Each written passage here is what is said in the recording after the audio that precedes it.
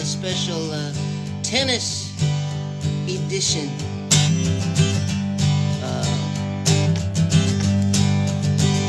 We're starting another run of things here. These are all times Pacific that I'm going to say. If you're in Anchorage, subtract 1. If you're in Cheyenne, add 1. If you're in Chicago, add 2. If you're in New York, add 3. If you're in Newfoundland, add 3.5.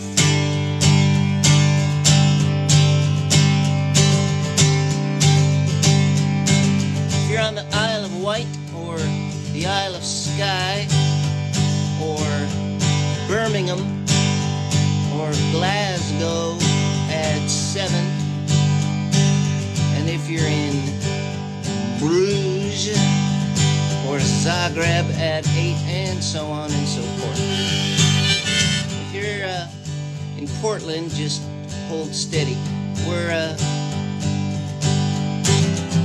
5 tomorrow. That's a free-for-all, just a free-for-all. Saturday noon, kids. Saturday 7, all covers. Don't miss that one. And Sunday, free-for-all at noon. That's 7 London time.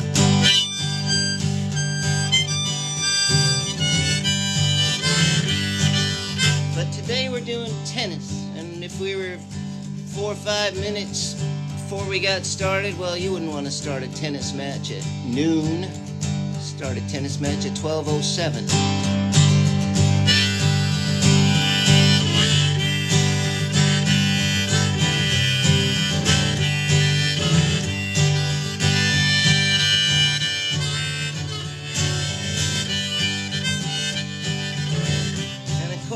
We got, some disappointing news. In the context of everything, well, it's sad, too, that there's no Wimbledon this year. I mean, in the context of everything else, it's just not too surprising. I mean, everything's a little shocking, and nothing's a little shocking right now.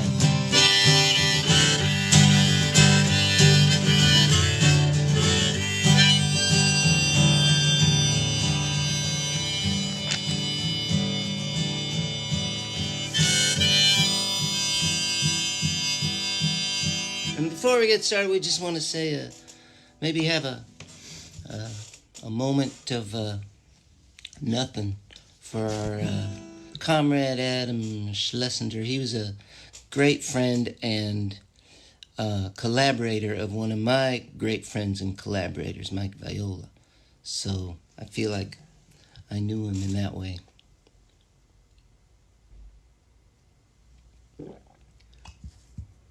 Fountains of Wayne, That Thing You Do.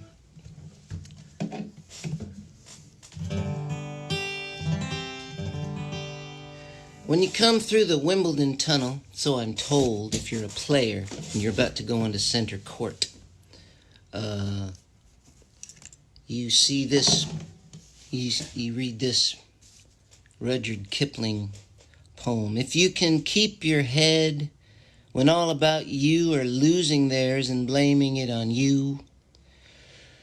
If you can trust yourself when all men doubt you, but make allowance for their doubting too. If you can wait and not be tired by waiting, or being lied about, don't deal in lies, or being hated, don't give way to hating, and yet don't look too good nor talk too wise. If you can dream and not make dreams your master, if you can think and not make thoughts your aim, if you can meet with triumph and disaster and treat those two impostors just the same, if you can bear to hear the truth you've spoken twisted by knaves to make a trap for fools, or watch the things you gave your life to broken, and stoop and build them up with worn-out tools. If you can make one heap of all your winnings and risk it on one turn of pitch and toss, and lose and start again at your beginnings, and never breathe a word about your loss, if you can force your heart and nerve and sinew to serve your turn long after they're gone, and so hold on when there's nothing in you except the will which says to them, hold on.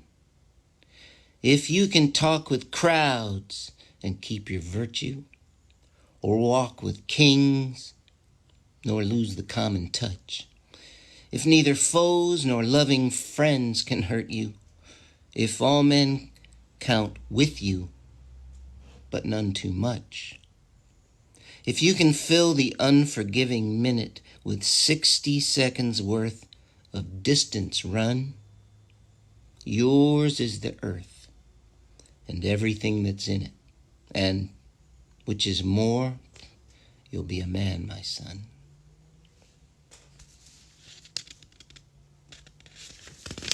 It's Rudyard Kipling, If. That's what all the players walk under before they get onto center court.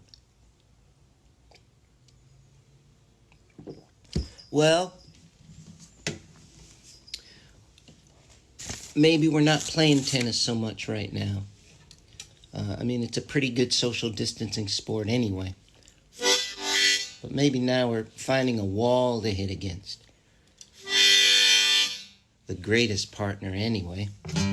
Did you see Federer's trick shot, little thing he sent out? Him against the wall, behind his back, through his legs. And then the next thing I saw, people are sending in all their own trick things, mostly indoors now. Funny, pretty amazing.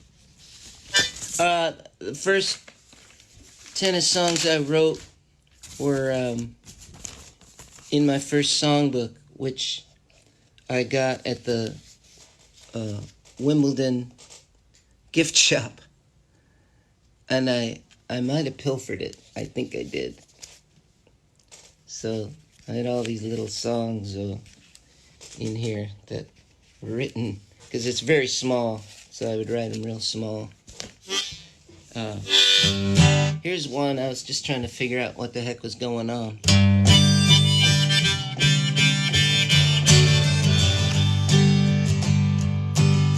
Well, tennis is a game I can't quite understand. You can't use your feet, you can't use your hands. Don't make no sense to me. I ain't got a clue why you gotta hit a ball with an inverted snowshoe.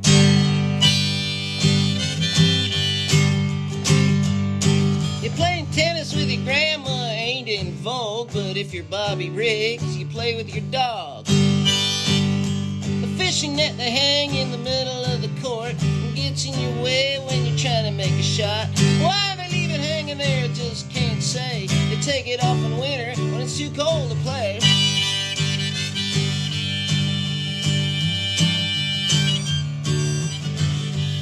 You need a special kind of shoe. There's cheaper ones, no doubt. They don't make you faster, but they're faster to wear out. A mad dog of an Englishman invented this game, and ever since he did, the world ain't been the same. Wouldn't have been such a pity if he kept it in his club, the slime. But now it's in the city, that's why there's so much crime.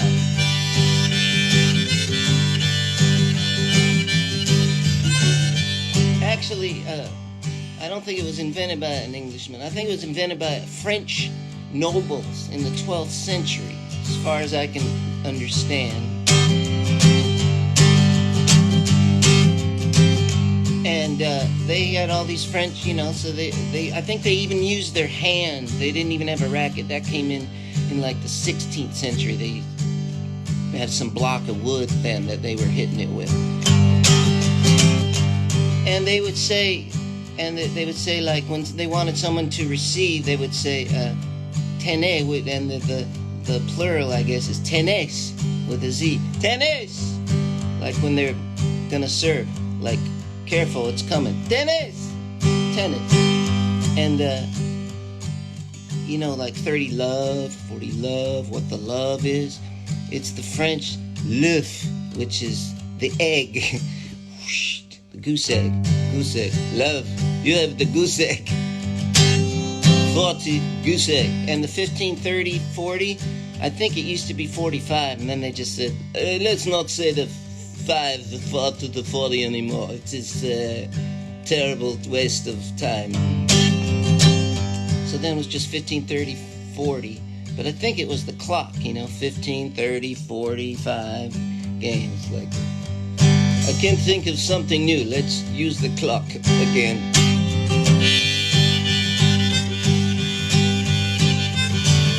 So go ahead, play tennis if you got the nerve. But if you need a partner, yeah, I'd rather fight than serve.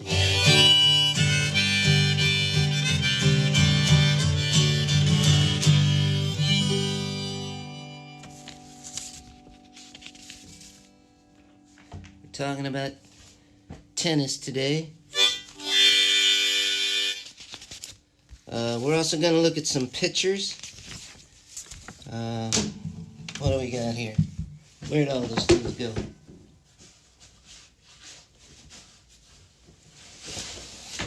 Well, alright. When I first followed the game, they didn't have much on TV, and maybe you didn't even have a TV,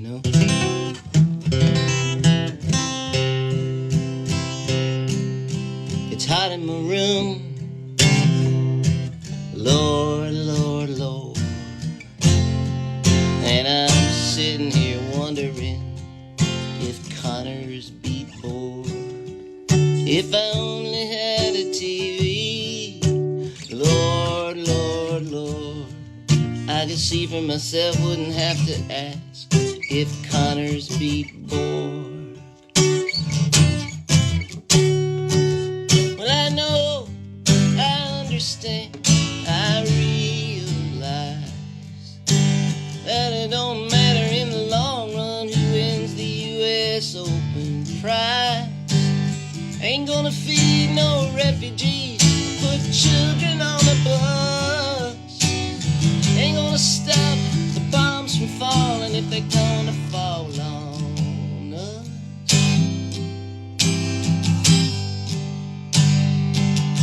Well, I know all that real good, Lord, Lord, Lord. But I'm still sitting here wondering if Connor's beat bored.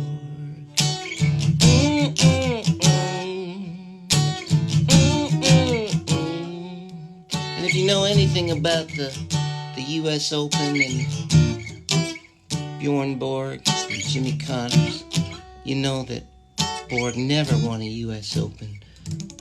So, right there, you know who won this match. Plus, Connors won 5 U.S. Opens. 5. Where are they? Here they are. Here's Borg. Here's Connors. McEnroe hated Connors. Connors hated McEnroe. McEnroe said Connors reminded him of Pete Rose. It's a pretty good comparison. I don't think it's meant to be a compliment either.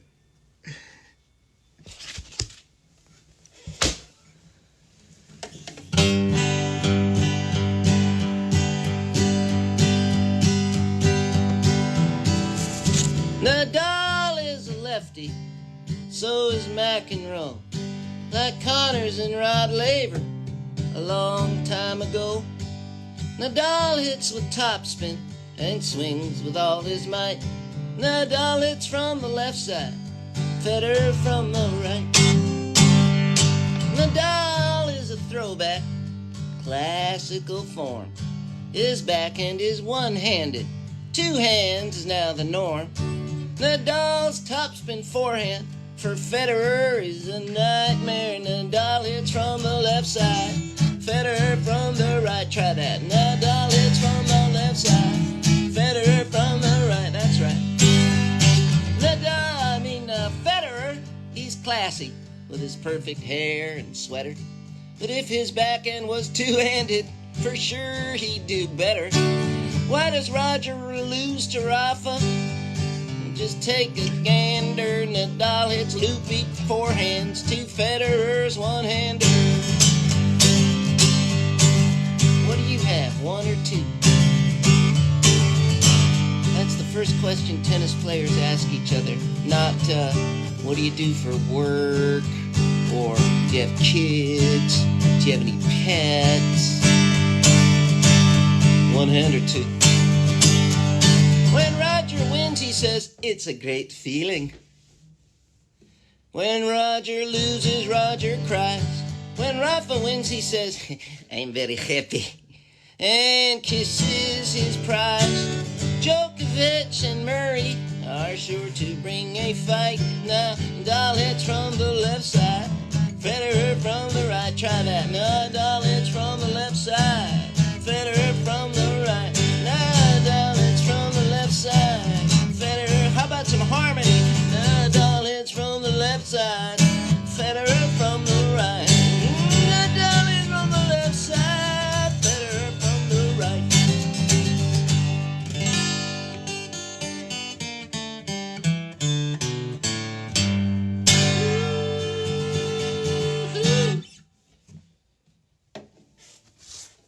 There's Federer. Look at him. What an artist. When people talk about him, they don't talk about other athletes. They say, he's Nijinsky. I think that's a person. Nijinsky? I think so. Russian dancer? Yeah. You know. Or they say, DiMaggio. He's like DiMaggio. Because DiMaggio just glided around, you know, just glided around. Federer glides. Federer looks like he's playing in slippers and a robe. Hey! Sorry, I was reading. What were you reading? Harry Potter and the Order of the Phoenix. Which one is that? The 5th. Well, come on in, say hello. Hello. Okay, let's get you in here. So what do you have, one hand or two hand? Backhand? Two-hand. Two-hander? You like your two-hander? Mm-hmm. Yeah. Do you like playing up at the net? Yeah. Yeah, you like volleys? Yeah. Yeah. Daddy, I'm just breaking some cashews. Good. Some of you may have seen this crossword puzzle. Can I ask you a few? See how you do here? Sure. Spaniard with 12 French Opens. Nadal. And what do we call him? We don't call him Nadal. We call him... The Great Nadal. The Great Nadal. Hit the ball over it. 3 letters. The ball over it. Volley? Come on. It's on the Net. court. Net. The British used to call him McBrat. Come on. Who's the brat? Oh, McEnroe. McEnroe. John and Paul did this together. They sang? Yeah. Swiss with 20 majors. The Great Federer. And what's his nickname? Just 3 letters? First 3 letters of his name. Fed, right. Well, you're doing very well. Wimbledon surface? Clay? No, not clay. Cement? No, the other one. Grass? Yeah, grass. Venus's kid sister? Venus? Wait. Venus's sister. Oh, Serena. Serena. All right, we did very well. Hopefully some of you did very well too. Not bad.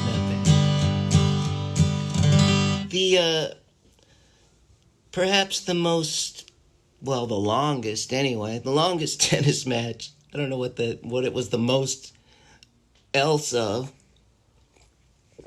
Most ridiculous, most incredible. I don't know.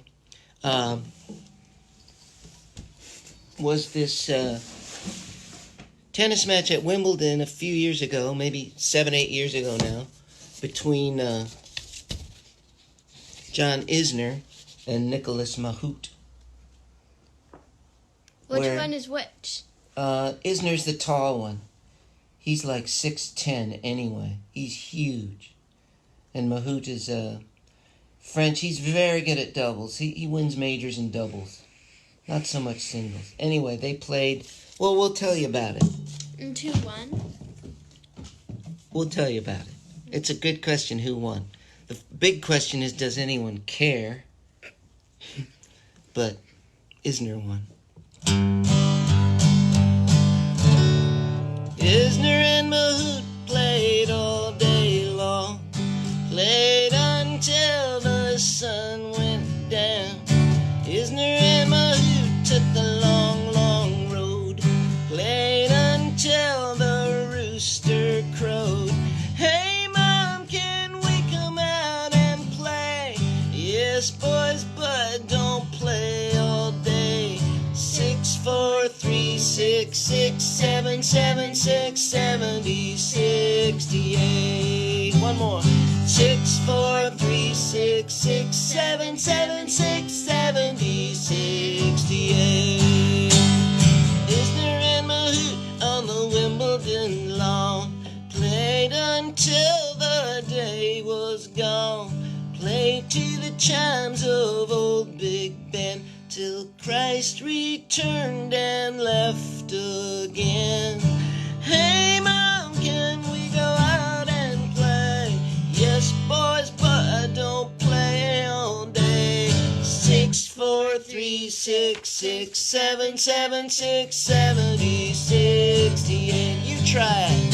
6, 4, 3, 6, 6, 7, 7, 6, 70, 68.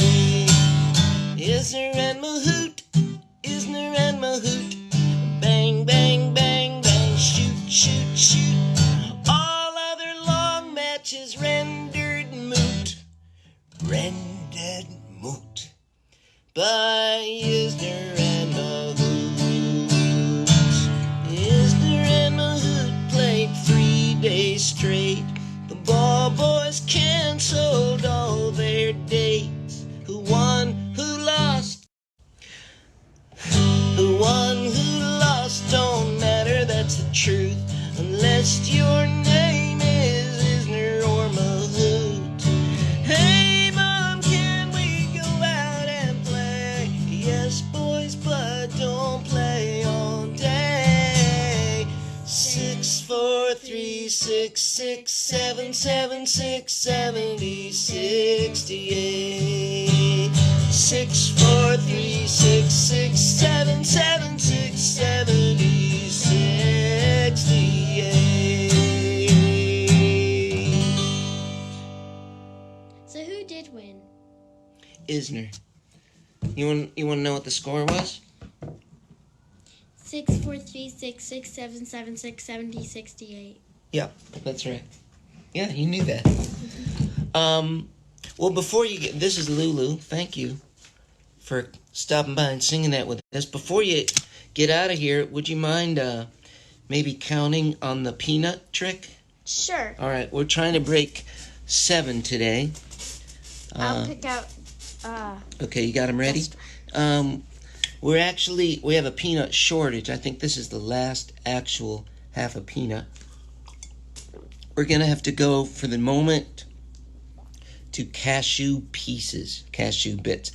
Not really happy about that. I've talked to the production people. We've had words. That's all. We're working on getting the peanuts. But I realize this is backwards, but this is my always be yourself, unless you can be Federer, then always be Federer cup. Here we go. We're trying to break 7 today. I need a little elbow room. Oh, okay. All right, ready? Mm-hmm. That flew over there, so we're going to just start again. We're going to start with a good one. 1, 2, 3, 4, 5. 5. Not going to happen today, folks. We got as far as 5. Rolling along really well. I don't know what happened. We'll have to look at that later. All right. Well, that's today's attempt. Goodbye. Okay, we'll see. Yeah.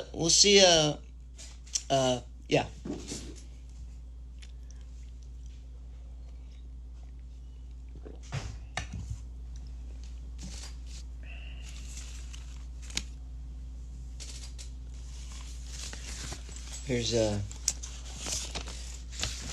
poem. It's called Tiebreak. It's part of a collection called Two Federer Poems. This one's called Tiebreak. At 10-all in the tiebreaker, I suddenly knew that Tsitsipas would win the next 2 points. My mind's eye clearly saw 12-10 for Tsitsipas. When Tsitsipas won the next point to go up 11-10, I was assured that the next point would go to Tsitsipas. I began to wonder about my new ability to see soon-to-be outcomes just before they happen. Could I win money with such a skill? And how? The craps table? Is that where my future lay? Playing the roulette wheel? Live off of Keno or blackjack? Maybe the horse races or the dog races. Maybe I'd have to frequent the cockfights. Maybe I'd know which bullfighters would get gored and bet accordingly. Then Federer took the next point. So it was 11-11, which meant it could no longer be 12-10. So the whole thing was off, which actually made things simpler.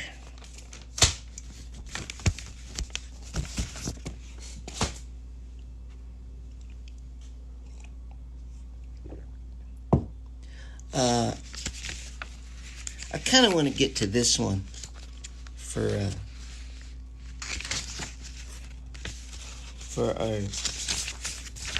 our first cousin once removed, Francis, in London. Kind of want to get to this one. He wrote me yesterday and said, well, what about... I guess he doesn't sound like Paul McCartney, but for this moment, he said, what about Andy Murray? Aren't you going to do one with Andy Murray? So, I already had this, so we'll try this. I'll sing of Andy Murray, the pride of old Dunblane. Before him, British tennis was a joke about the rain. Not since crusty old Fred Perry, ere the Great War come around, had a fella from the British Isles held high the Wimbledon crown. But scowling Andy Murray, with grit and nerves of ice, pulled off the unthinkable, not just once but twice. The first time he beat Djokovic, the unpopular Serb, and then 3 years later kicked Raonic to the curb. But he had problems with his hips, which caused him to retire. But then he made a comeback, 'cause he still retained that fire. He won 2 Olympic golds, the only man to do so. He's surely got a waxwork likeness down at Madame Tussauds. He worked his bleeding tail off for everything he got. But please don't call him English, this merry bloke's a Scot. So sing of Andy Murray, the pride of old Dunblane. Before him, British tennis was a joke about the rain. Not since crusty Fred Perry, ere the Great War come around, had a fella from the British Isles held high the Wimbledon crown.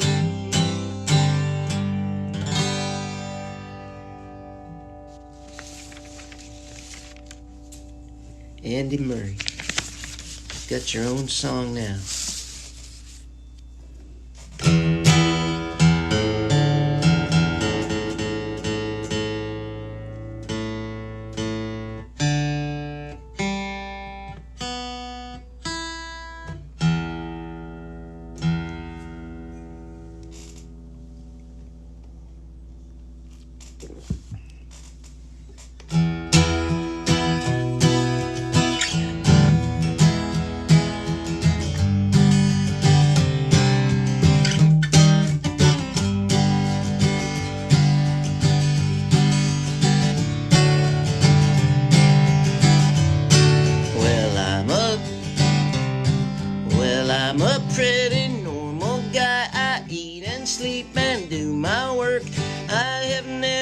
taking medication for being delusional. I get plenty of exercise. I love my dog loves me. But one night in 3 I dream I'm playing John McEnroe at the U.S. Open. John is serving and I'm returning, and the points are long and my backhand strong. His hair is green and blue, which is weird, but it all kind of makes sense in my dream. Every now and then he hits a ball in the net, it kind of goes crazy. One night in 3 I dream I'm playing John McEnroe in the U.S. Open.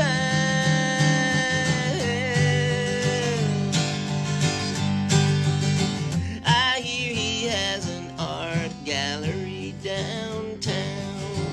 I go down there to see him. Really, Francis? Why do I not believe you? He has a pinstripe suit on. I don't say anything. This is true, I used to have this dream. Most of the time he wins pretty easily. I mean, he's quicker than me. A couple of times I pushed him to 5 sets. One great night I beat him in 3. He threw all his rackets and had to be restrained from hurting himself. One night in 3 I dream I'm playing John McEnroe at the U.S. One night in 3 I dream I'm playing John McEnroe at the U.S. Open.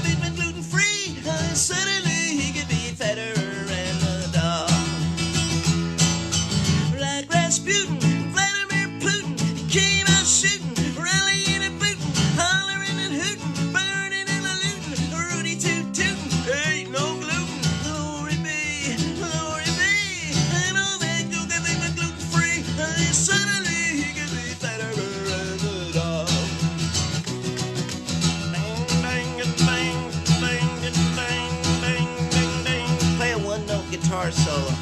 Bang, bang, bang, bang, bang, bang, bang, bang, bang, bang, bang, bang. Come on, bang, bang, bang, bang, bang, bang, bang, bang, bang, bang, bang, bang, bang, bang, bang, bang, bang, bang. That's what Neil Young would do.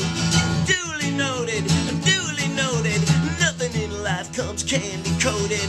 Duly noted, he came to the gunfight fully loaded. Glory be, glory be.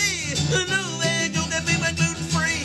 Suddenly he can be better than the dog. Sing that line. Suddenly he can be better than the dog. Suddenly he can be better than the dog.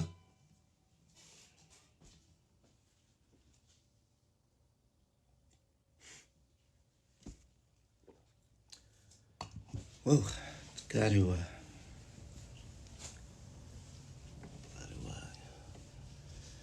careful. Wipe yourself down.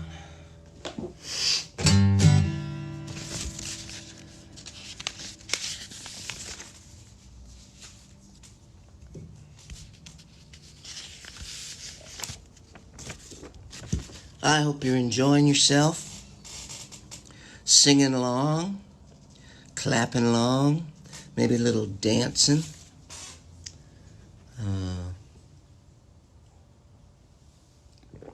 I love hearing from you guys. This show was suggested by a listener in Utah. We have a show Saturday. The covers was pitched by a listener from Kentucky. There's all kinds of birthdays this weekend, today, tomorrow, the next day. Lisa Confessiore today, I believe.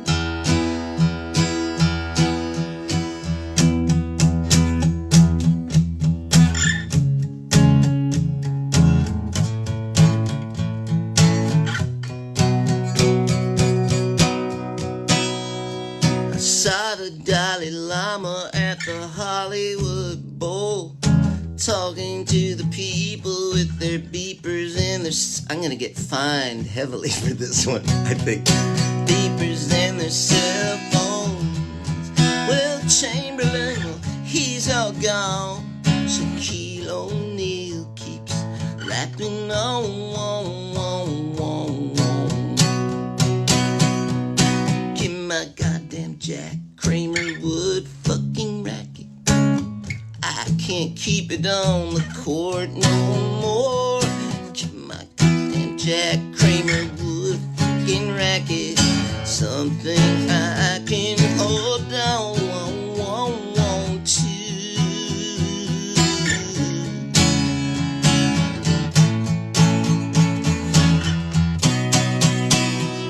Living day by day, living hand to mouth. Try going north, I keep on heading south. Wow, maybe if I had a pension plan, maybe if I had a wife, maybe if I'd ever had one plan in my life. Come on, you try it. It goes, give me my goddamn Jack Kramer wood fucking racket. I can't keep it on the court. No, I should have probably said you could mute this one if you have kids that you want it muted from, or take them out of the room, or distract them, or whatever. Give my goddamn Jack Kramer wood fucking racket. Something I can hold on. This one is too light, this one is too tight. This one I can hardly even feel. I don't believe it's real. Well, I saw the Dalai Lama at a Hollywood Bowl. Goldie Hawn was there, some people from some soap opera. I wanted to ask them, how do you get along when the rest of the world ain't singing your song? Here we go. Actually, I'll teach you another part. Here you go. So the guys go,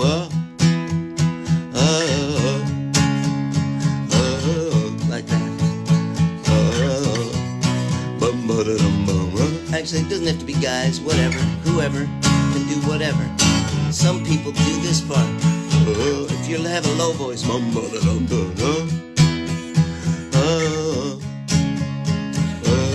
and then just if you're doing that part, just keep that going. And then will somebody else do this part?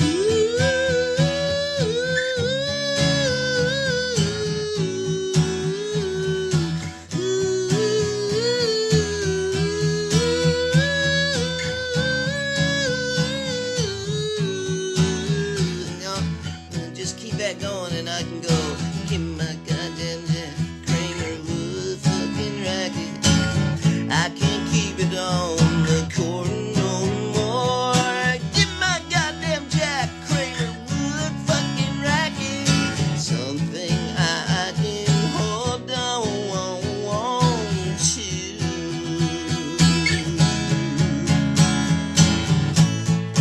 How's it sounding there?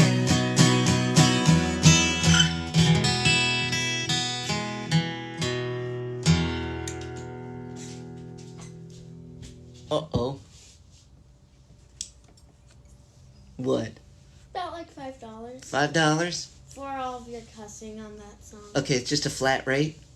Okay, put me down for $5. $5 plus my time right there. No. Okay, we're good. I'll take care of you. Time. No, I don't have it right now. Okay, but $5 for your cussing. Okay. Plus my time right here. How much time How much do I get? No, it doesn't work like that. What do you mean? It doesn't work like that. What do you mean? It doesn't work like that. What do you mean?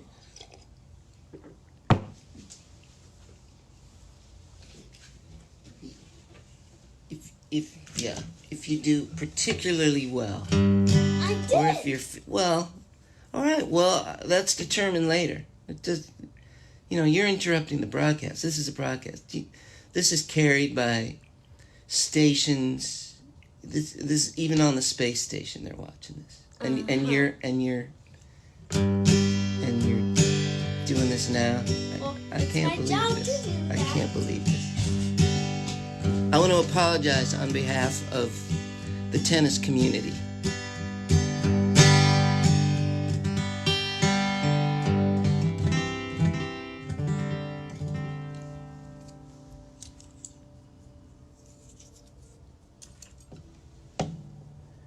And we hope you're out there doing good.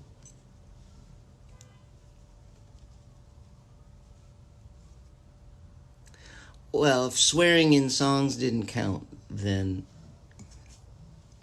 the whole, yeah. I'm not exempt from songs around here. So the swearing thing, you can imagine, gets a little expensive.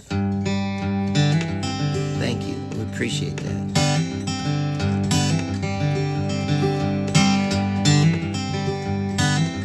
Actually, I figured if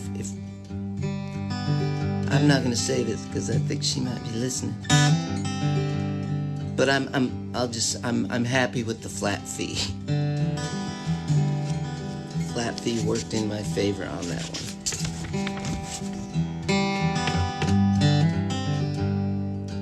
I remember Monica at the U.S. Open. She might have been 16, couldn't have been much more.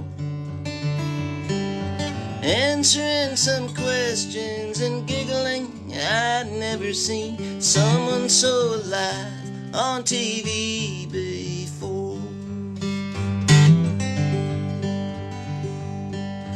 Then Monica, do you remember Monica? Shrieking on her back and disguising herself when she went out at night. Coloring her hair like something was telling her lay low, invisible and out of sight.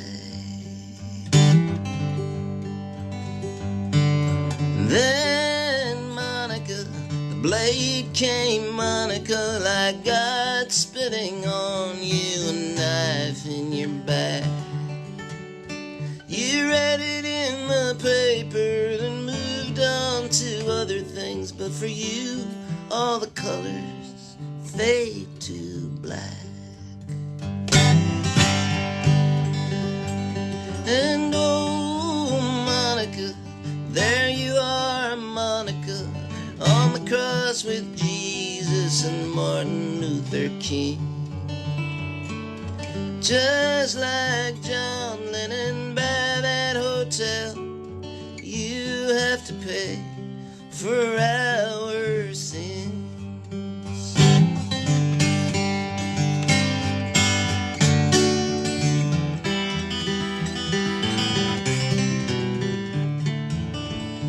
Was it like being raped?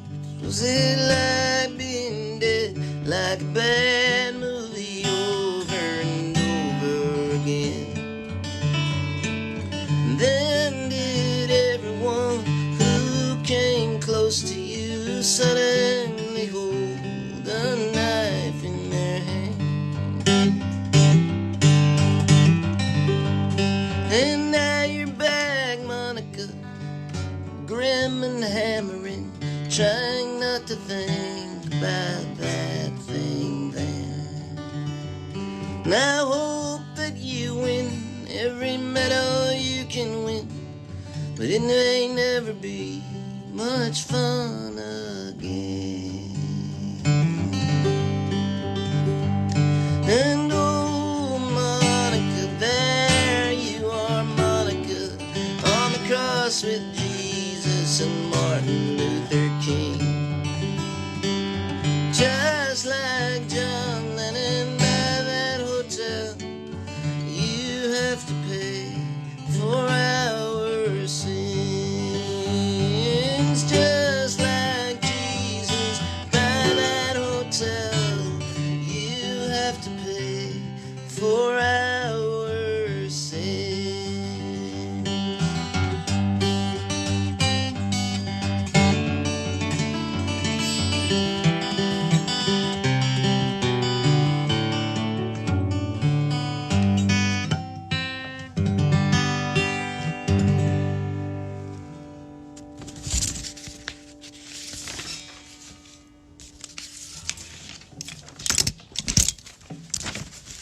This is the tennis edition of Hunkered in the Bunker. We hope you're well. Hunkered, safe, sound. Safe, anyway. Sound. Well, we'll make sounds anyway.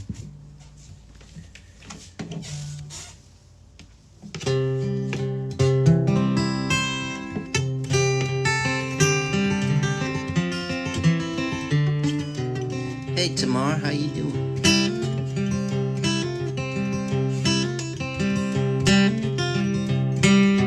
Now that our economy is going to the dogs, maybe we'll have flamenco music like they've always done in Spain. Maybe we'll have a champion like Rafael Nadal, full of passion and the need to prove himself time and again. Maybe Hollywood starts making movies that the world can love, sad and bittersweet and full of pain.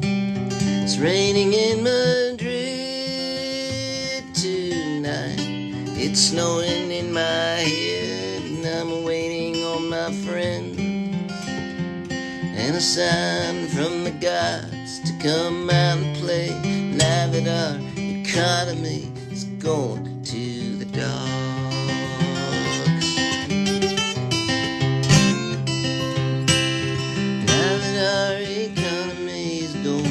To the dogs, maybe we'll sing and dance and make love like they've always done in Spain. Maybe we'll be like the folks in Argentina who know how to laugh and take their showers in the rain. Maybe Hollywood starts making movies that the world can love, sad and bittersweet and full of pain. It's raining in Madrid tonight, snowing in my head, and I'm waiting on my friends and a sign from the gods to come out and play. Now that our economy's going to the dogs.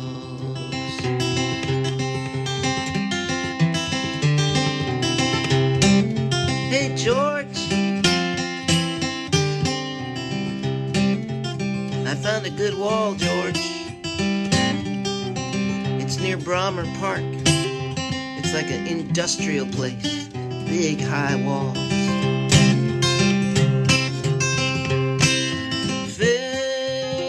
Fainted away. What can I say? Hip, hip, hooray. Tomorrow, today.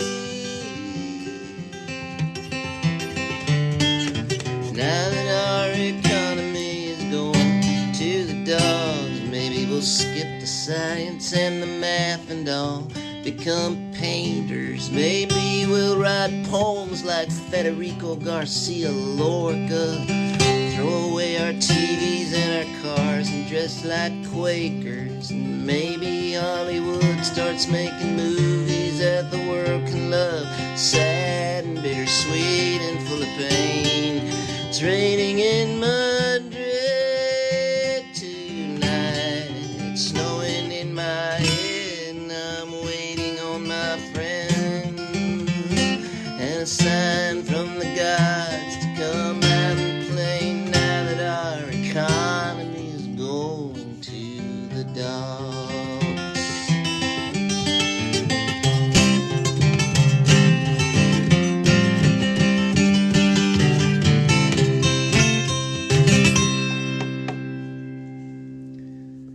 Well, Jeannie out there in Massachusetts, in the Berkshires, you just made a request, and then my first thought was, no, we're doing tennis song. And then I thought, oh yeah, nice call, Jeannie. Maybe we'll play a little harp on it too. This is one y'all can sing on too.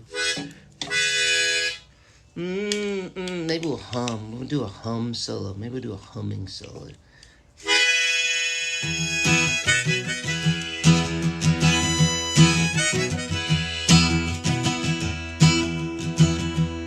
Xena song. I don't have a Xena Garrison song. Xena was cool though. You're an alright kind of a girl. Too good as it gets in my world.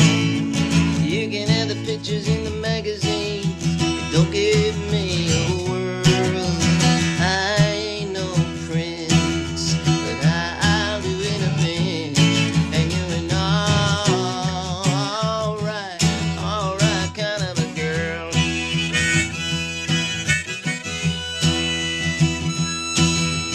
Out on the streets it's going on. In the market the carriages came. Umbrellas lined up down the block so the princess don't feel rain. Venus and Serena came in here. Regina, Lola, Bridget, and two. Skin me up a bifter, babe. The dark town strutters bar. And you're an alright kind of a girl. Good as it gets in my world. You can have the pictures in the magazines. They don't give me a word. I ain't no friend, but I'll do anything. And you're an alright kind of a girl. Let's do a hum.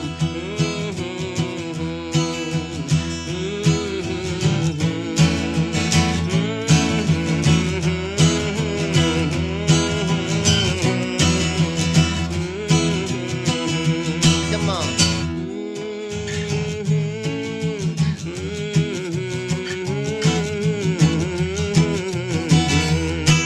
Man up town, it's going down. Everyone looks so cool.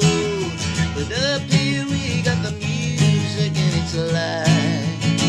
You're still in school. Venus and Serena come in here. Xena Garrison too. She ordered a drink and I saddled up her and I said, do you remember when you wanted all? She said, I don't remember, so that's why I got some trophies on my wall. And you're an alright kind of a girl. Good as it gets in my world. You can have the pictures in the magazines. It don't give me a word. I ain't no friend, but I'm doing a bit. You're an alright kind of a girl. You're an alright kind of a girl.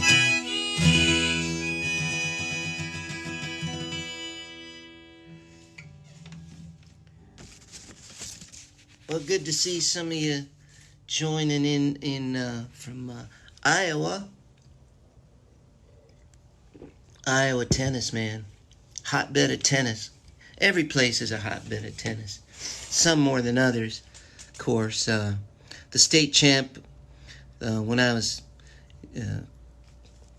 around that time, state champ, the two-time high school state champion, was a guy named Roger Knapp from Des Moines. And he won his freshman and sophomore year. And then they decided, this isn't going to do anything for us here in Iowa. So they moved out to California. I think they went to La Jolla or someplace like that. I don't, he didn't crack the big time, but he sure was good.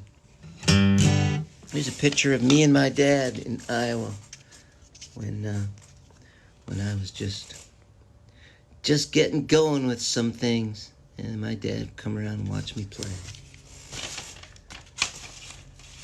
Iowa tennis. Can't play much in the winter except indoors, but man, it's nice in the summer. But I would mainly get mad and throw my racket and stuff. I made some progress today. I didn't throw my racket when I missed that forehand. When I missed that forehand, I didn't throw my racket. I made some progress today. It might sound like I wrote the song a long time ago. It's a pretty new song. I made some progress today. Done throw my racket when I missed that forehand. When I missed that forehand, I didn't throw my racket. I made some progress today. My fingers loosened on the grip. I made a violent throwing motion at the fence, but I kept it in my hand. I didn't throw my racket. I made some progress today. I made some progress today. I didn't throw my racket when I missed that forehand. When I missed that forehand, I didn't throw my racket. I made some progress today. I made some progress today.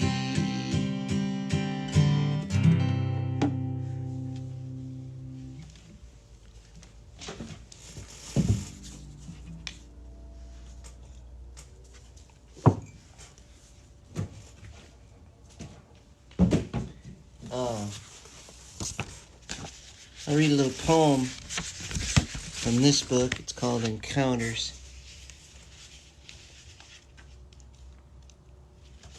This one is called Wilt Chamberlain. It's like that. I was living in an apartment in L.A. on a street that Bukowski had lived on in his early days. It's not really anything to brag about, except in those days I didn't really have much to brag about. Not that I was complaining. Every day I'd steer my rusty blue VW Bug through the streets of Hollywood, rumble onto the 101 North, and drive to Balboa Park in the valley to teach tennis. I taught little kids and high schoolers and housewives and lawyers. I taught privates and groups and couples. One afternoon, I was a few minutes early. I watched a guy hitting a few courts over. Looked like he was standing on a box. He was so tall, and whenever he spoke, it boomed low through the park. It was Wilt Chamberlain. I remembered in 5th grade seeing his house in some magazine at the eye doctor's office. A humongous house built for a huge man, built in the shape of triangles, not a square corner in it. I watched him hit until the Schlossbergs came for their lesson. Mark and Daniel Schlossberg were about 2 years apart, and Mark always found a way to trip or push his younger brother, so I had started giving them 15 minutes each instead of both together for the half hour. Daniel Schlossberg was a sweet kid, piano prodigy, and as my dad was a concert pianist, I had a lot of empathy for Daniel Schlossberg. I didn't like it when his tennis lesson ended with him tears. Anyway, the Schlossbergs were a little late, so a few afternoons later, I was early again, and I noticed that Wilt was back on the court. But his partner wasn't there. He was just sitting on the bench. I called over. "Hey, Wilt, want to hit?" He got up, so I went over, and we started hitting. He had taken up the game in his 40s. He wasn't as fluid as when he was in the NBA, but with those long legs, he could take 2 steps and cover half the court. Hitting with him felt like I was 8 years old. Next time I saw him was a few days later. Again, he was alone. I ambled over. "Hey, Wilt, you want to hit?" Well, he boomed. how about those lessons? "We could do that," I said. And that is how I came to be giving tennis lessons to Wilt Chamberlain. We worked mostly on his net game and his serve. I figured the best way to improve Wilt Chamberlain's game was give him proper technique on his serve and develop his presence at the net. So we did little footwork drills for his net game, and I showed him the right volley grip. Mostly, though, we worked on his serve. When he started, he had a little push serve. Like that. So we started from scratch. I showed him how to coordinate his wind-up, really smack it, and also how to adjust his grip and hit his slice second serve. When a person of Wilt Chamberlain's size and strength hits a serve just right, the results are pretty astounding. He had leverage that most people don't. If I hit a flat serve, which is like a fastball, hard and straight, if I hit that just right, and it hits deep in the service box, it might just reach the bottom of the fence on the bounce. When Wilt got his flat serve cooking, it would hit the very top of the fence, and sometimes even bound right on over. Once I was standing next to him, working on his serve, and Wilt Chamberlain said, Okay, I gotta practice that now. A little intimidating with the coach right here. Meaning me. One time a guy walked by and yelled something to Wilt. Yelled something to Wilt about Bill Russell. We weren't in Boston. This was L.A. I realized that Wilt probably had to hear about Bill Russell every day of his life. One time I gave Wilt a flyer for a gig I had coming up. I had formed a band. This was our first gig. I thought Wilt might enjoy coming and hearing my band. Wilt read aloud from the flyer. Dan Bern and the Collectors. He boomed. I saw him drain a 32-ounce glass of water like it was a shot glass. And I saw him squeeze his sweaty headband out and create a puddle a dog could swim in. Once, I made him laugh. He told me, I can only do a half hour today because the Raiders are on Monday Night Football. Okay, I said. After 30 minutes, I told him it was time. Well, I guess I keep going, he said. I guess they'll win or lose whether you watch them or not, I said. He emitted a high-pitched giggle that was sudden and unexpected and made me feel like Milton Berle. I gave him about 6 lessons, and then he drifted off, and I didn't see him around Balboa Park anymore. A few years later, he wrote his book and claimed to have slept with 20,000 women and changed his image forever, I guess. A few years after that, I was sorry to hear he had died at a pretty young age. I realized I'm a footnote in his life, but I hope he felt good about his serve after those lessons. A serve in tennis is pretty key to the whole operation. In fact, you could say that your serve is of equal importance as a pitching staff to a baseball team. I'm proud of the work we did on Wilt's serve.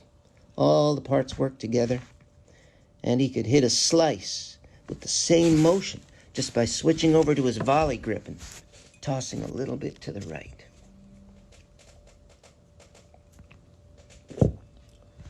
Once, I coached a team of 1 to the state tournament in New Mexico. This a kid who had never played. Though to be fair, he was a great athlete, a Gale Sayers type halfback who played basketball with a headband like he was Vilas or Nadal. He had a run-in with the basketball coach, quit the team, wasn't going to play baseball, so I knew that this was the kid. I swooped in and said, "Hey, you want to be a tennis team? We'll do it after school. You have nothing going on." How often will it be? He asked. "Every day," I said. Every day? He said. "Every day." Okay, he said. We worked every day, and we built his game until he could out-hit me. We played in near-hurricane conditions and traveled to places like Tularosa and Bayard for some match experience. One Sunday, we made an expedition across the border to Juarez to play on some sweet red clay courts. He won a couple matches at the district meet, and then in the semifinal fell to the eventual winner. He then played a kid for third place and the right to travel to Albuquerque for the state meet. My guy prevailed in straight sets, and I felt like Nick Bollettieri. At the state meet, he lost the first set 6-3 to a kid from Grants. There were a few people up from our town to watch his run through the state tournament. One guy came up to me and said, "Dad, do something! Tell him something!" I wasn't a very good match coach, because I didn't tell him to do this or that.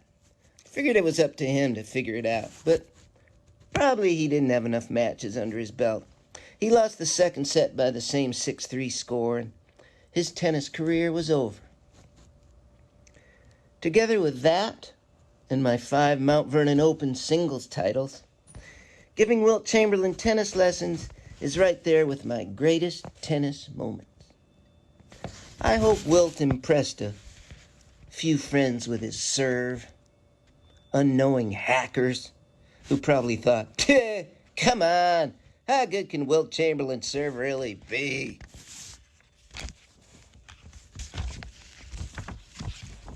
Oh, thank you very much.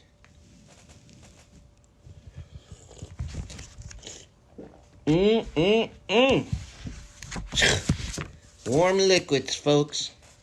Turns out they taste good anyway.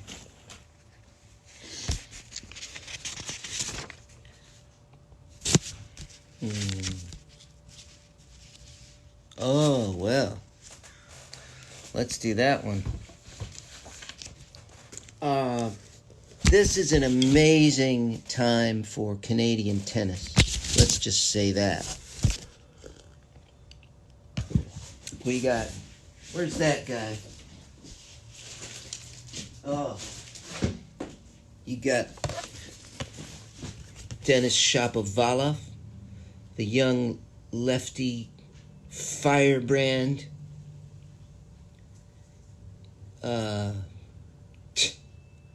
What a meteor he is. And you got Felix Auger-Aliassime, that guy. And you got Pospisil, Vasek Pospisil. He's kind of made a resurgence. And of course, is it Bianca, your U.S. Open women's champion? She's a meteor. Everything's on hold for a little bit, of course, but still, the present and future of Canadian tennis has probably never looked brighter. So it's with slight apology for this song. This is Milos Raonic. He was mentioned earlier in the Andy Murray song. Murray beat Raonic in his second Wimbledon championship final win. First was Novak.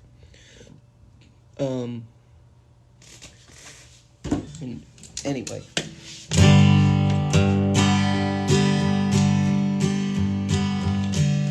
Maybe he's got to work a little harder. Maybe he's got to push a little more. That's what Pete Sampras said about Milos Raonic. isn't Milos working harder? Is it 'cause he's Canadian? Do the guys who train that hard all live in Central Europe? And why is that? Ooh, Milos Roundage. Ooh, Milos Roundage.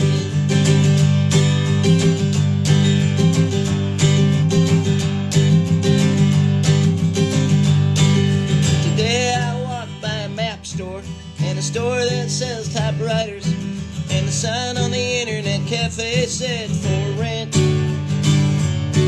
I think that Milos Roundage had better get his act together. He's got a huge game and a monster serve and does everything really well. It's just a matter, said Sampras, of getting over that next hurdle. And so I wish the best for Milos Roundage. Let's all sing. Ooh, Milos Roundage. Milos Roundage, Milos Roundage, Milos Roundage. Ooh, Milos Roundage. Milos Roundage, Milos Roundage, Milos Roundage.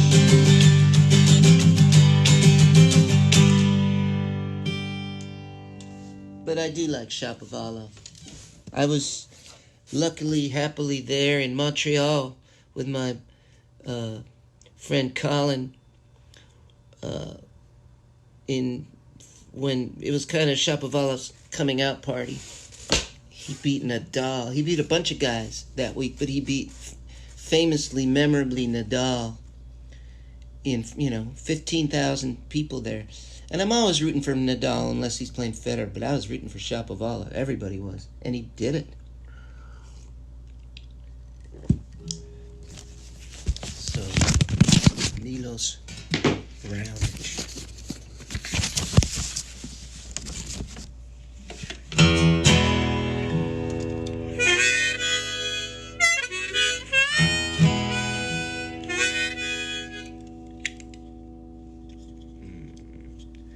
Yeah.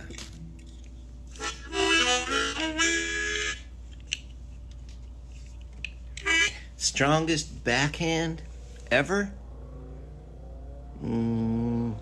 Well, then you say, well, one-hander too. I don't know if it's the strongest, but Djokovic is probably the steadiest backhand. Just like, yeah. When you see that guy hit, it's like, I don't even understand how he could ever even miss. Everything's so like, just looks so easy. God came to me in a dream. He said, get down on your knees. I said, how can I be sure you're God? Let me see 2 valid forms of ID. He got a birth record and a couple bills. I said, God, you're as old as the hills. You're as old as the hills. You're as old as the hills. Oh, God, you're as old as the hills. He said, you got 3 wishes, make them quick. I haven't even had my orange juice. I said 3 wishes, that's like in the genie. Yeah, like that skit by Lenny Bruce. You know about the genie in the bottle. Lenny Bruce, Lenny Bruce, Lenny Bruce. Let's sing it. Lenny Bruce, Lenny Bruce, Lenny Bruce, Lenny Bruce, Lenny Bruce, Lenny Bruce, Lenny Bruce. God said, okay, I think you're projecting. You just like saying his name. I said, this dream is mine, it isn't yours. You may be God, but this is my game. He said, what is it you're avoiding? He said, please tell me what you want. What you want, what you want, what you want, what you want. Oh God, just tell me what you want. He said, alright, you got 3 wishes. I said, okay, I want more wishes. He said, you can't have that. And I said, let me live forever. He shook his head and started to scream. I said, if I didn't know better, I'd say you were taking over my dream. God's taking over, God's taking over, God's taking over my dream. He said, alright, you got one wish left. Ask for something, ask for thousands, ask for millions. Said, okay, okay, okay, okay. You can keep your money, you can keep your precious mega billions. All I want's a tennis court in the south of Spain that comes with Venus and Serena Williams. Venus and Serena, Venus and Serena, Venus and Serena Williams.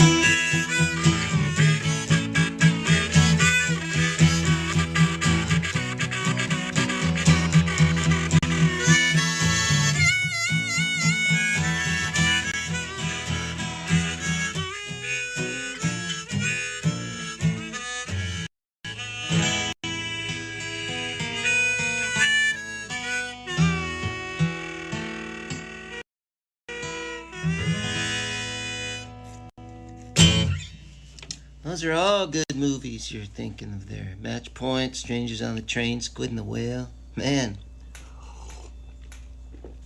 those are good. Okay, I got one for you. It's on, I think it's on Amazon or Netflix or one of those. It's called McEnroe in the Realm of Perfection. It's a very, very interesting film and great footage of that guy, but it's really an art film, and it's a film within a film. It's check it out, McEnroe in the Realm of Perfection.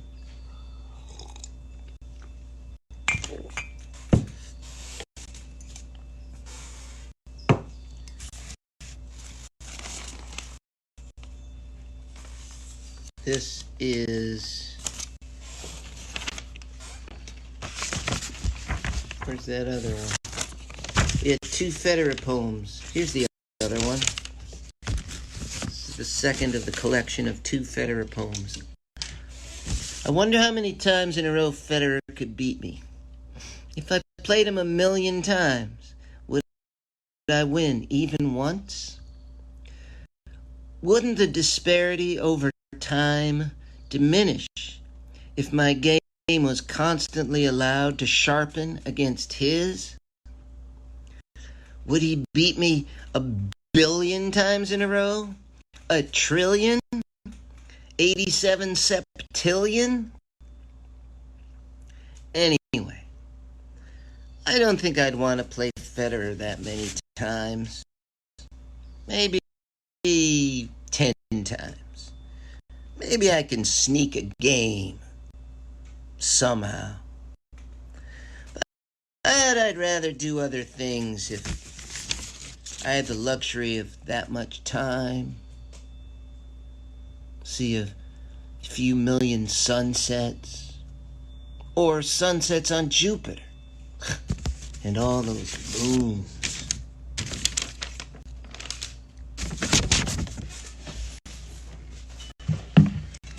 Here's Monica, the young Monica. We heard the Monica song earlier. Here's Venus. Here's her sister. It's probably turned around. It says, once Serena could beat her sister, she could beat everybody.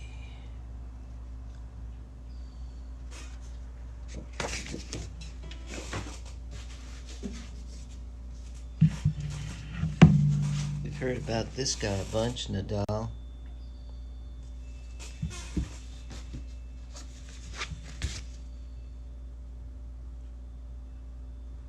Billie Jean King said she wanted to use sports for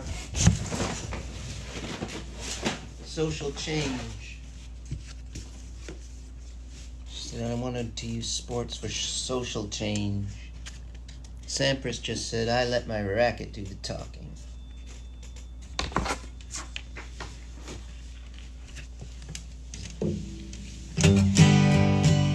when Willie Mays was old and tired. He was just another player. Sometimes when I get really tired, I think of Willie Mays. Pete Sampras serves like a gun, but Michael Chang, he has to run and run. He works so hard, do-lang, do-lang. Sometimes I think of Michael Chang, Shaquille O'Neal, and Michael Jordan needed Phil Jackson to come along. Sometimes I think I need Phil Jackson to bring a system to my life. We should all have our own box score in the paper every day. Stupid things said, 7 acts of kindness, 1 had jealous moments, 6 masturbated, 4 I say stand up, you say, I say sit down, you say, I say fight, fight, fight, you say. You might be small, but you gotta play large. Game 7 of the series starts tonight. Cy Young had the most wins by any pitcher. Cy Young had the most losses by any pitcher.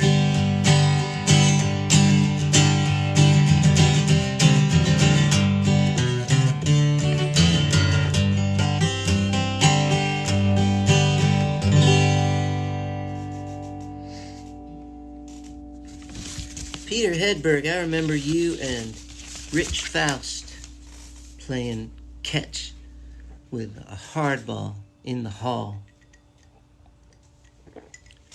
my freshman year.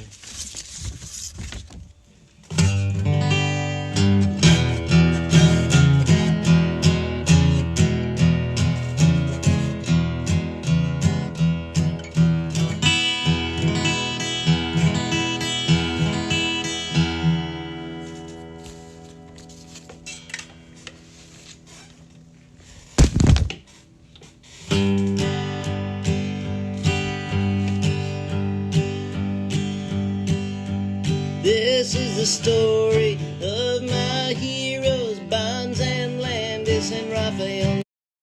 This is the story of my heroes, Bonds and Landis and Raphael Nadal. Bonds took the steroids, Landis the testosterone. Nadal came this close to taking Wimbledon, driving Federer out of the game. This was after the 2007 Wimbledon final, after Nadal had almost beaten Federer. This was before he kind of took him over. But the thinking at the time, it's crazy now that Federer is 39 and, you know, not having Wimbledon this year is definitely going to hurt him in his quest to get one more, you know, Serena too. But at the time, it was thought that Federer was so fragile that if Nadal beat him at Wimbledon, it might just drive him from the game. We thought of him as, you know, maybe sort of Borg-like. When McEnroe beat Borg, and Borg was only 25, and Borg couldn't take it anymore. If I'm not number 1, if I'm number 2, I don't even want to play. And the fear was that Federer might be like that.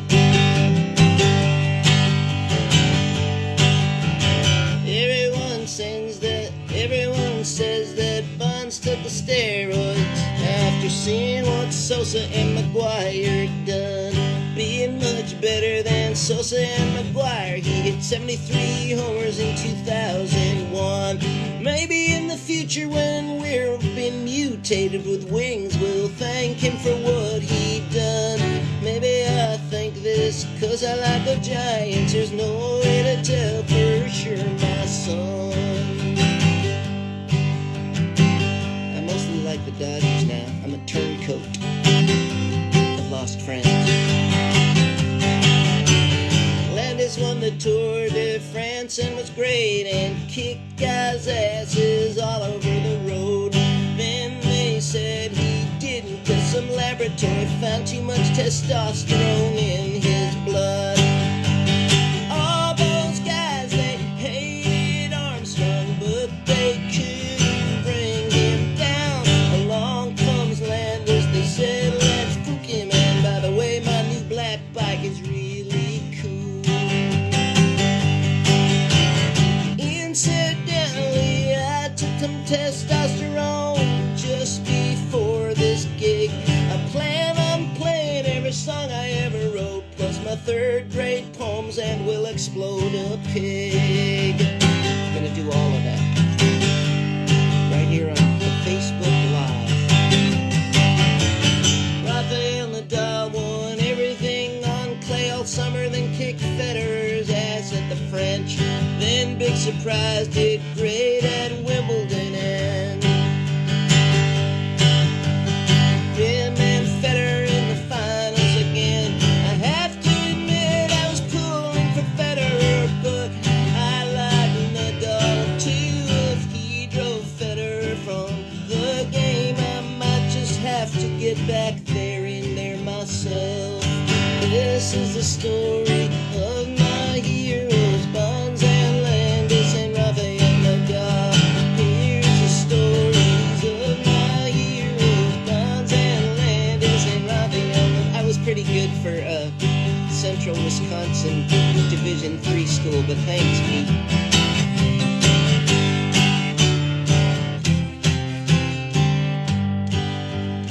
Yeah. Well, I do have a history having my bikes stolen. Not just that one. Here's a poem called John McEnroe. It's got that picture. I'm a little groggy today, but in a pleasant way. It is Sunday after all. Everyone's away. My wife's in Florida, and me and my daughter, who is 7, are just lounging around. Kind of like today. We had cereal and coffee. Well, I had coffee. We did some quizzers.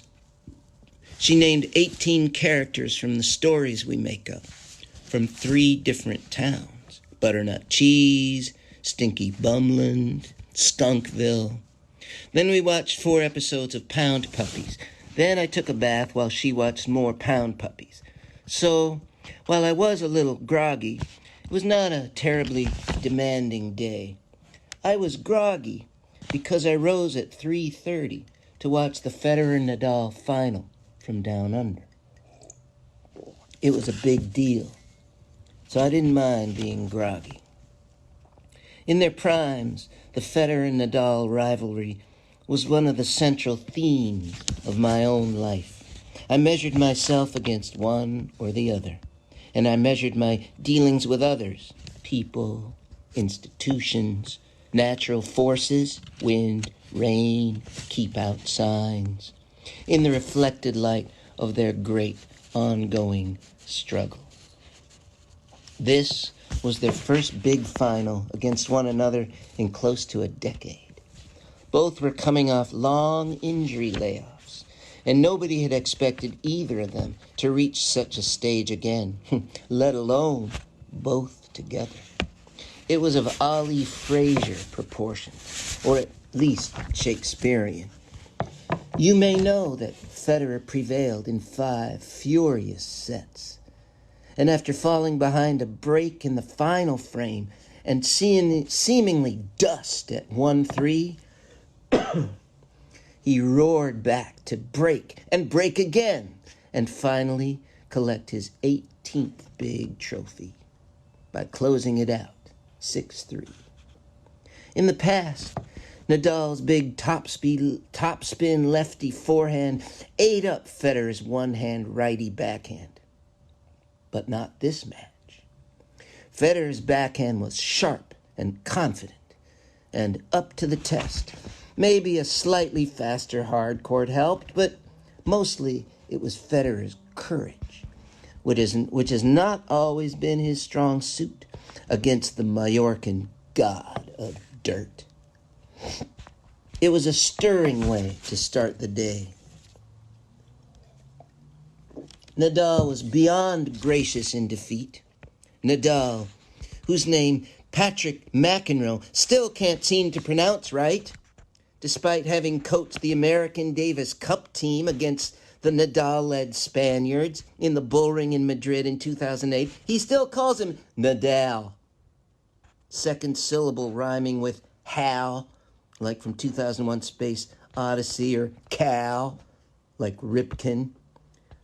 While his brother John, who also coached the American Davis Cup team against Spain in Santander in 2000, somehow is able to say Nadal. Second syllable rhyming with ball, call, doll, fall, gall, haul, maul, squall, tall, wall.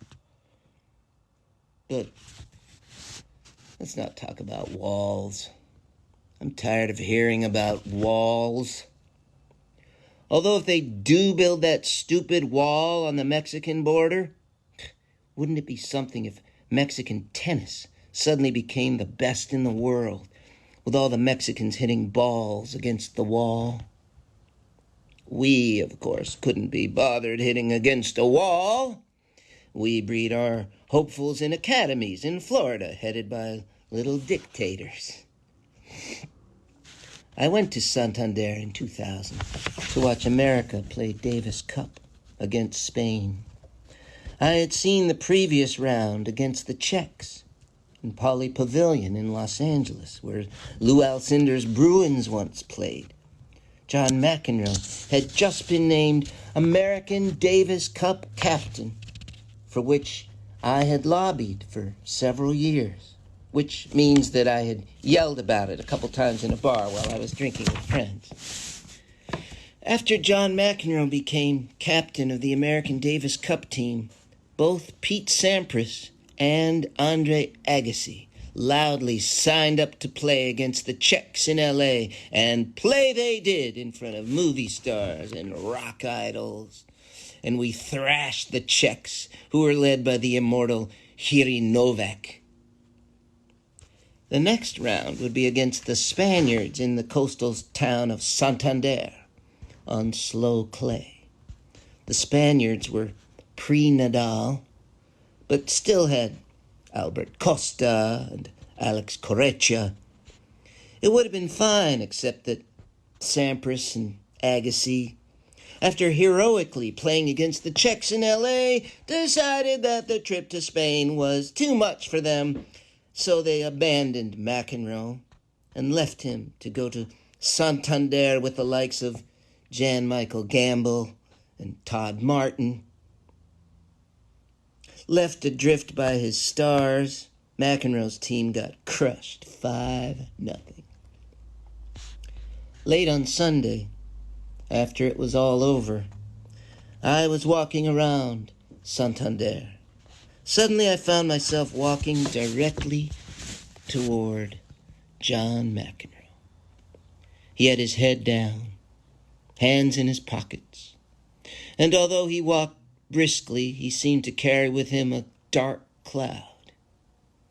For a moment, as we were about to pass, it was just me and him. I wanted to say a million things. Do you want to get a beer? Do you want to hit sometime? Do you still have the art gallery? Do you want to write some songs? Do you want to write a Broadway musical? Tell me about the Borg tiebreaker. What do you really think of Connors?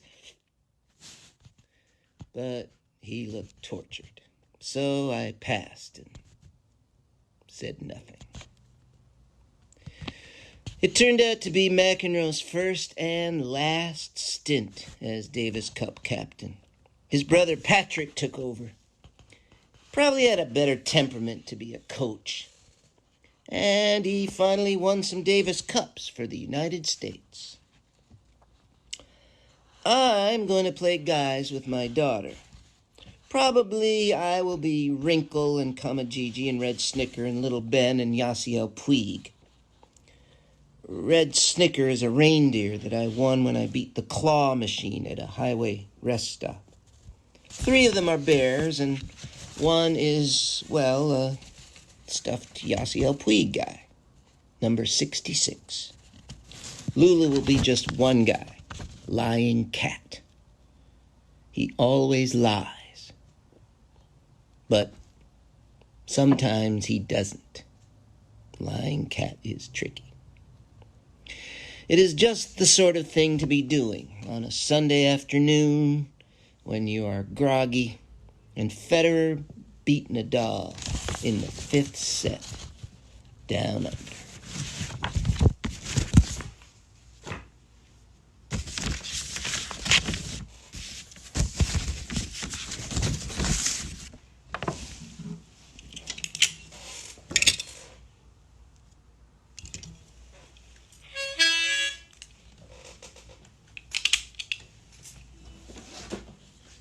Here's Vitas Gerulaitis. He's in this song.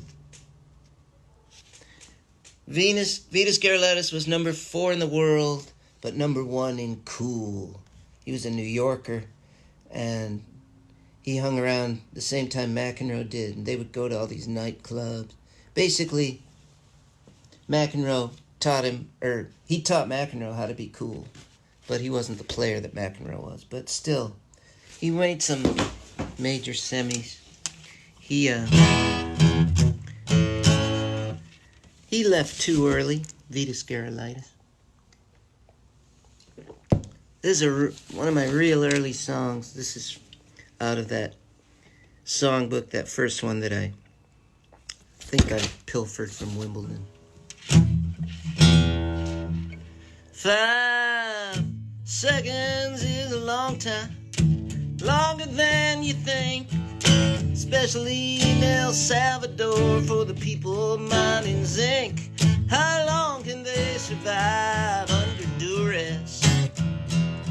Well, that's the good question for the waitress. Some work 14 hours, others only 4. Others punch their time cards and then head right for the door. Why can't some people handle any stress? That's another good question for the waitress. What's the difference between a duck? Is it a jinx to say good luck? How many potatoes make 5? Should proven killers be given knives? Did the 3 wise men begin in San Francisco? What were prehistoric men thought of disco? Is it fun to catch the flu? And were the 3 blind mice deaf too? Oh, was Betsy Ross nicknamed Bess?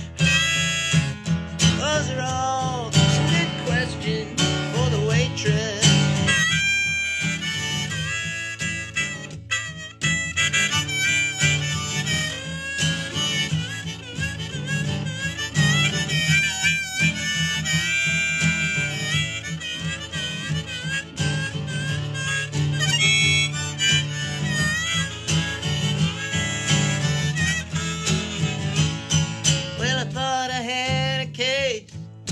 Tonsillitis. My doctor said, no, you got a slight Vitas Gerulaitis. It's going around right now, I must confess. But why would be a question for the waitress? Well, 5 seconds is a very, very, very long time, much longer than you think. Especially if people want to kill you, like if you're a chinchilla or a mink. I will promise publicly to undress. If you would ask these questions to the waitress, is it a sin to truth. Is milk healthier than vermouth? Why don't frogs bury bones? What's another word for telephone? Before you learn to look, must you learn to see? If you killed a cow, would it be a Guernsey? Who cracked the Liberty Bell? Is a farmer still in the dell? If you threw rotten eggs in a farce, would there be a mess? Well, those are some good questions for the waitress.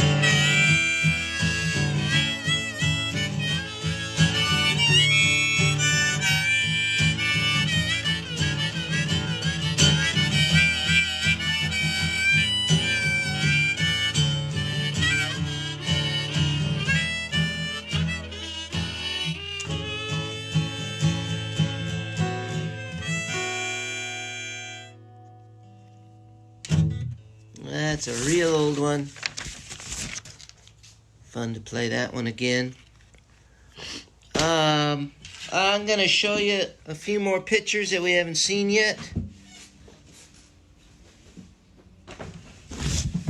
And then I'm going to do one more tune. And then let you get out of here to do other things that you might want to do.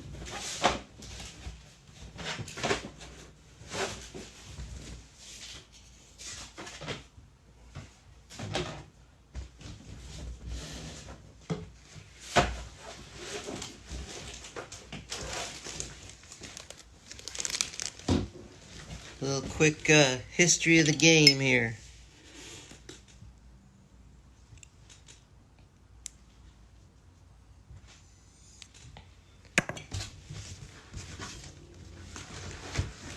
Here's no particular order, I guess. Pictures fly around. Here's Kim Clijsters, the Belgian. Everybody likes her.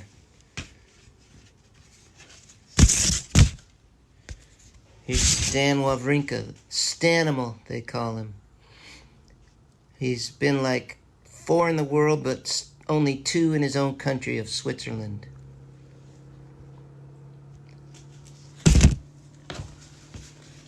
Chris Evert.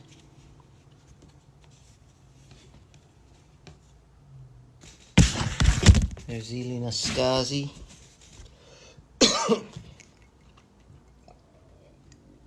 The great Romanian, he was the inspiration for Connors and McEnroe and everybody who had a little flair. Here's a just breaking into the scene, Naomi Osaka. She won 2 majors in a row. She's only like 21, 22. Here's the Bryan brothers. Bunch of majors, Olympics, twins, chest bump. Start where you are. Use what you have. Do what you can. Arthur Ashe, the great Arthur Ashe. Inspired so many, continues to. Start where you are. Use what you have. Do what you can. He took apart Jimmy Connors in the 75 Wimbledon final just by batting him balls with nothing on it. Drove Connors mad. There's another Federer. Why not? The game's consummate artist. Here's Andy Roddick. He's the last American man to win a major. The U.S. Open. He was only like 19 or 20. He lost a 15-13 fifth set final at Wimbledon to Federer one time. I think he's on the radio now, talking about all sports. There's Steffi Graf. What does she say? You can't measure success if you have never failed. It's a good one. Can't measure success unless you've never failed. Gael Monfils, another artist of the game. Frenchman. Gael Monfils. Kei Nishikori. Got to a U.S. Open final against Cilic.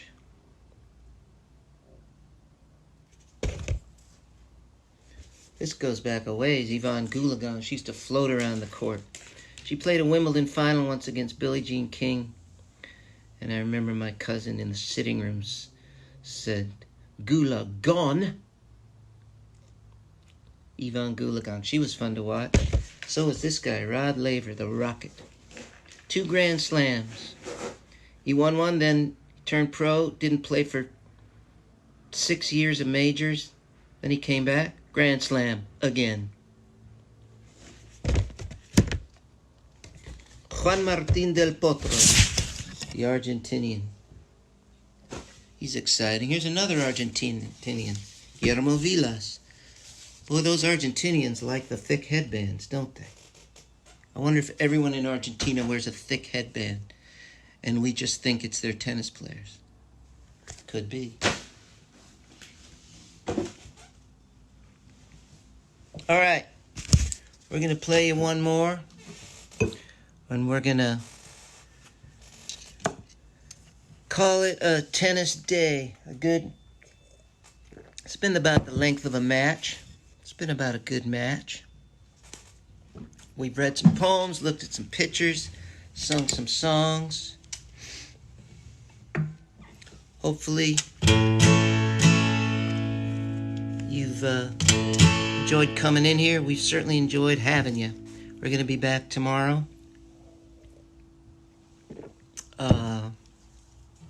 At 5 o'clock Pacific. And Saturday, we're doing the kids show at 12 at noon Pacific. And then we're doing a special show of all covers.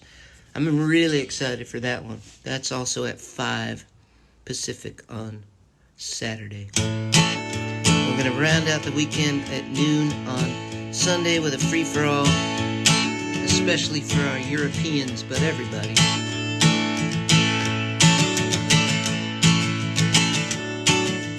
Came home after the moon trip, didn't have a lot to say.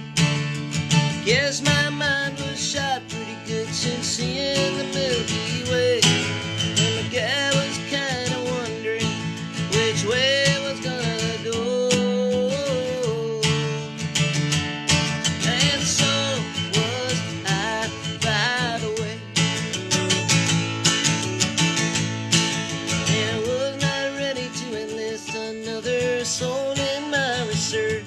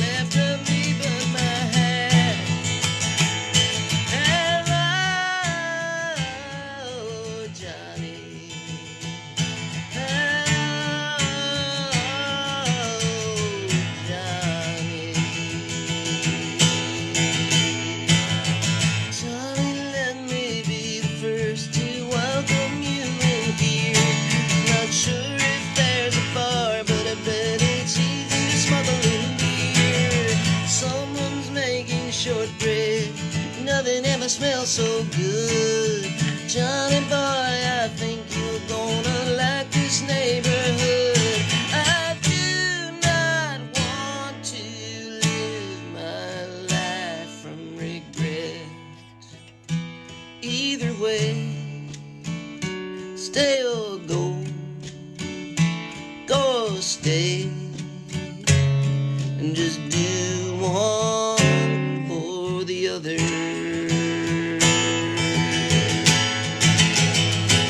With one of your eyes I fell in love, the other eyes, my friend. Guess that's just how we'll let this particular story end. I'm playing catch with some kid today on the other side of the fence. Ain't seen his face, don't know his name. Best part was the silence. Our life ain't tragic, mostly. Life is magic, some believe. Life is life. Ollie Fraser. He's got him on the ropes. A left jab, a right hook. He is scoring. He is down. He is down.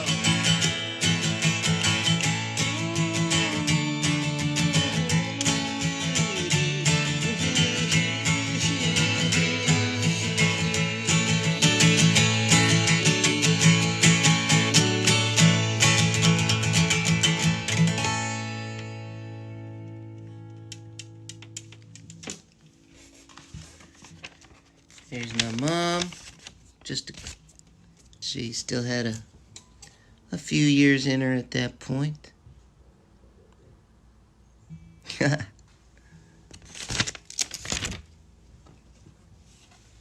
There's Federer again.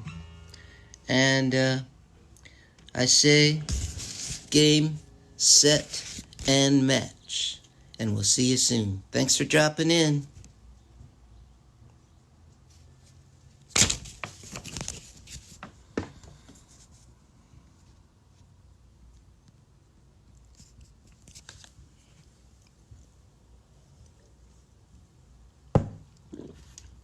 Always be yourself unless you can be Federer. Then always be Federer.